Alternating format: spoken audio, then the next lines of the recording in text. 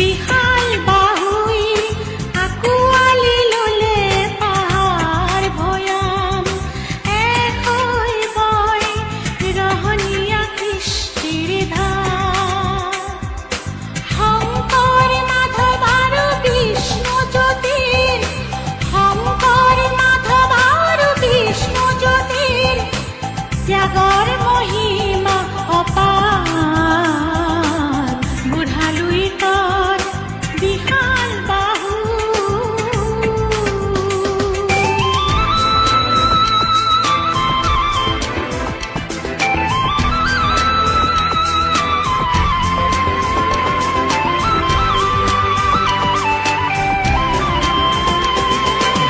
নাম ডাঙৰ শিলৰি সাঁকো